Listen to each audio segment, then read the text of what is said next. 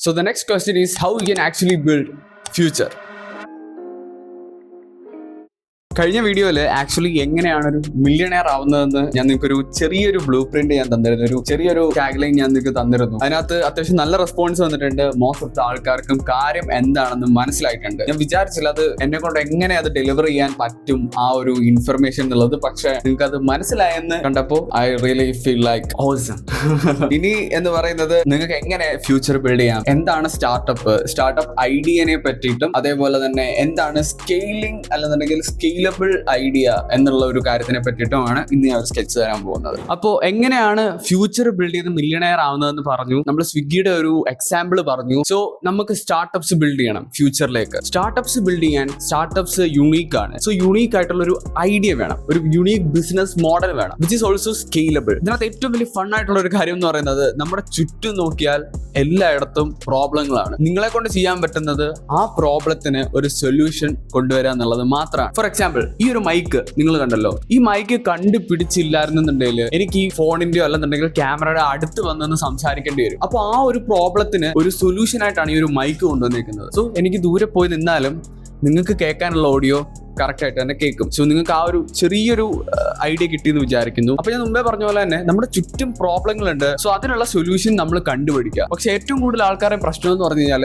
Solution കിട്ടിയാലും അത് implement ചെയ്യത്തില്ല. The implementation trouble. അപ്പോൾ എങ്ങനെയാണ് ഒരു ഐഡിയ കണ്ടുപിടിക്കേണ്ടത്? ഒരു ഐഡിയ കിട്ടിക്കഴിഞ്ഞാൽ അതൊരു ഇൻബൗണ്ട് പ്രോബ്ലം ആണോ ഔട്ട്ബൗണ്ട് പ്രോബ്ലം ആണോ? സോ നമ്മൾ കണ്ടുപിടിക്കേണ്ട സൊല്യൂഷൻ എങ്ങനെ ആയിരിക്കണം? ഇതിനെ പറ്റിയാണ് ഇനി നമ്മൾ സംസാരിക്കാനായിട്ട് പോകുന്നത്. നമ്മൾ കഴിഞ്ഞ തവണ സ്റ്റാർട്ടപ്സിന്റെ ഐഡിയ പറ്റി പറഞ്ഞ സമയത്ത് സ്വിഗ്ഗിയുടെ ഒരു എക്സാമ്പിൾ പറഞ്ഞു. സോ ഇന്ന് സ്വിഗ്ഗിയുടെ ഒരു എക്സാമ്പിളും മറ്റൊരു എക്സാമ്പിളും വെച്ചിട്ട് എന്താണ് ഇൻബൗണ്ട് പ്രോബ്ലം അതുപോലെ എന്താണ് ഔട്ട്ബൗണ്ട് പ്രോബ്ലം എന്നാണ് ഞാൻ നിങ്ങളോട് പറഞ്ഞു തരാനായിട്ട് പോകുന്നത്. First of all outbound problem എന്ന് പറയുമ്പോൾ നമ്മൾ കഴിഞ്ഞ ദിവസം സ്വിഗ്ഗിയുടെ പറഞ്ഞതുപോലെ തന്നെ അവർ ഫ്യൂച്ചറിലേക്ക് കസ്റ്റമേഴ്സിന് കുറെ കൂടെ അല്ലെന്നുണ്ടെങ്കിൽ കൺസ്യൂമേഴ്സിന് കുറെ കൂടെ എളുപ്പത്തിൽ അവർക്ക് വിചാരിക്കുന്ന സാധനം അവർ മുന്നിൽ കിട്ടണം. അങ്ങനെയാണ് അവർ ആ ഒരു ടെക്നോളജി ഇംപ്ലിമെന്റ് ചെയ്യുന്നത്. ഫുഡ് ഡെലിവറി ചെയ്യുക, ഒരു സോഫ്റ്റ്വെയർ വെച്ചിട്ട് യൂസ് ചെയ്യുന്ന സമയത്ത് ഇഷ്ടമുള്ള ഫുഡുകൾ സെലക്ട് ചെയ്ത് പർച്ചേസ് ചെയ്യുന്ന സമയത്ത് ഫുഡ് ഡെലിവർ ആവും. വളരെ സിമ്പിൾ. സോ അപ്പോൾ നിങ്ങൾക്ക് ഓൾറെഡി ഔട്ട്ബൗണ്ട് പ്രോബ്ലം എന്താണെന്ന് മനസ്സിലായിട്ടുണ്ട്. സോ ഒരു ഇൻബൗണ്ട് പ്രോബ്ലം, ഈ ഇൻബൗണ്ട് പ്രോബ്ലം ഞാൻ കണ്ടുപിടിച്ചൊന്നുമില്ല, ഞാനൊരു പോഡ്കാസ്റ്റിൽ നിന്ന് കേട്ടതാണ് ആക്ച്വലി. അത് ഞാൻ നിങ്ങളുടെ അടുത്ത് പറഞ്ഞു തരാണ്. ഒരു ഇൻബൗണ്ട് പ്രോബ്ലം എന്ന് പറയുമ്പോൾ നിങ്ങൾ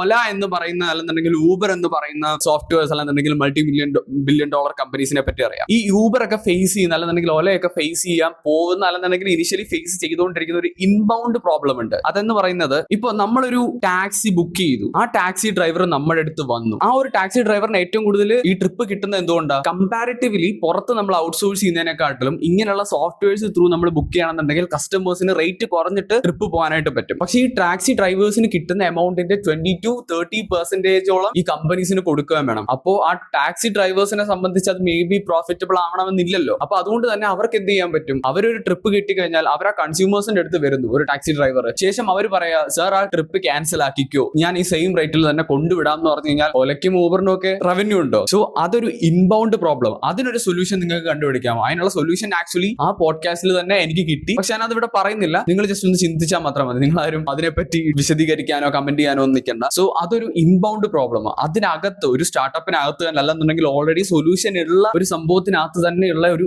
പ്രോബ്ലമാണ് ഇതെന്ന് പറയുന്നത്. സോ ഔട്ട്ബൗണ്ട് പ്രോബ്ലവും ഇൻബൗണ്ട് പ്രോബ്ലവും എന്താണെന്ന് നിങ്ങൾക്ക് മനസ്സിലായെന്ന് വിശ്വസിക്കുന്നു. സോ അപ്പൊ ഇനി നമുക്ക് സംസാരിക്കാനുള്ളത് സ്കെയിലബിലിറ്റിയെ പറ്റിയിട്ടാണ്. നിങ്ങൾ കണ്ടുപിടിക്കുന്ന പ്രോബ്ലം അതിനൊരു സൊല്യൂഷനും നിങ്ങൾക്ക് കിട്ടിയെന്നുണ്ടെങ്കിൽ അത് സ്കെയിലബിൾ ആണോ എന്ന് നിങ്ങൾ ചിന്തിക്കണം. സ്കെയിലബിൾ ആണെന്നുണ്ടെങ്കിൽ മാത്രമേ നിങ്ങൾക്കൊരു വലിയ ഫണ്ട് റേസ് ചെയ്ത് നിങ്ങൾക്കൊരു ബില്യൺ ഡോളർ കമ്പനിയിൽ കൊണ്ടെത്തിച്ച് നിങ്ങൾക്ക് നല്ലൊരു വെൽത്ത് ക്രിയേറ്റ് ചെയ്യാൻ പറ്റൂ. നിങ്ങളുടെ ഐഡിയ സ്കെയിലബിൾ അല്ലെന്നുണ്ടെങ്കിൽ ഒരുപാട് അസറ്റുകളും കാര്യങ്ങളും ഒക്കെ വേണമെന്നുണ്ടെങ്കിൽ അതൊരു സ്റ്റാർട്ടപ്പ് ഐഡിയ ആവുന്നില്ല. സോ എങ്ങനെയാണ് ഒരു സ്കെയിലബിലിറ്റി അല്ലെന്നുണ്ടെങ്കിൽ അത് സ്കെയിലബിൾ ആണെന്ന് മനസ്സിലാവുന്നത്? സോ ഒരു ഐഡിയ സ്കെയിലബിൾ ആണോ എന്ന് അറിയണമെന്നുണ്ടെങ്കിൽ ആക്ച്വലി വളരെ സിമ്പിൾ ആണ് എന്ന് ഞാൻ പറയുന്നില്ല, പക്ഷെ നമുക്ക് കുറച്ചൊക്കെ സിമ്പിൾ ആണ്. കാരണം നിങ്ങൾക്ക് കുറച്ച് സിമ്പിൾ ആക്കി ഞാൻ തരാം. ഒരു എക്സാമ്പിൾ പറഞ്ഞാൽ ഊബർ എന്ന് പറയുന്ന ഒരു സർവീസിനെ പറ്റി നമുക്കറിയാം. ഊബർ എന്ന് പറയുന്ന കമ്പനിക്ക് സ്വന്തമായിട്ട് കാർ ഇല്ല, സ്വന്തമായിട്ട് ഡ്രൈവേഴ്സ് ഇല്ല, സ്വന്തം പൈസയ്ക്ക് പെട്രോളും അടിക്കണ്ട. പക്ഷെ സ്റ്റിൽ അതൊരു ബില്യൺ ഡോളർ കമ്പനിയായി. ആൻഡ് അവര് ഇന്റർനാഷണലി മിക്ക എല്ലാ സ്ഥലത്തും ഊബർ വർക്കൗട്ടുമായി അത് എക്സ്പാൻഡുമായി. സോ അത് വളരെ ഫാസ്റ്റ് ആയിട്ട് തന്നെ സ്കെയിൽ ആയി പോയിട്ടുണ്ട്. സോ റൂൾ നമ്പർ 1,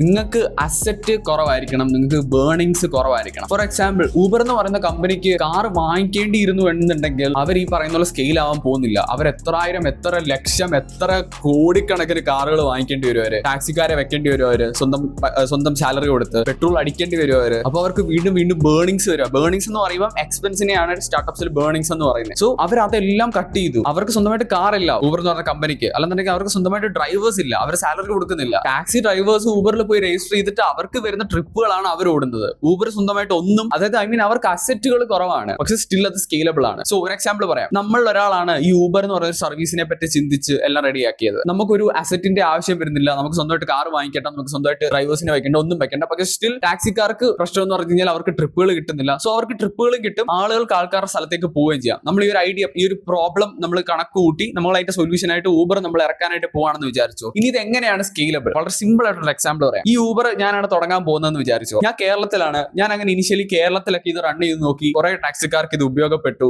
കുറെ ആളുകൾക്ക് അവരുടെ പ്രശ്നങ്ങൾ മാറി കിട്ടി. കാരണം ഇങ്ങനെ പൊക്കോണ്ടിരിക്കുന്നുണ്ട്, നമുക്ക് ചെറിയൊരു റവന്യൂ വരാൻ തുടങ്ങി.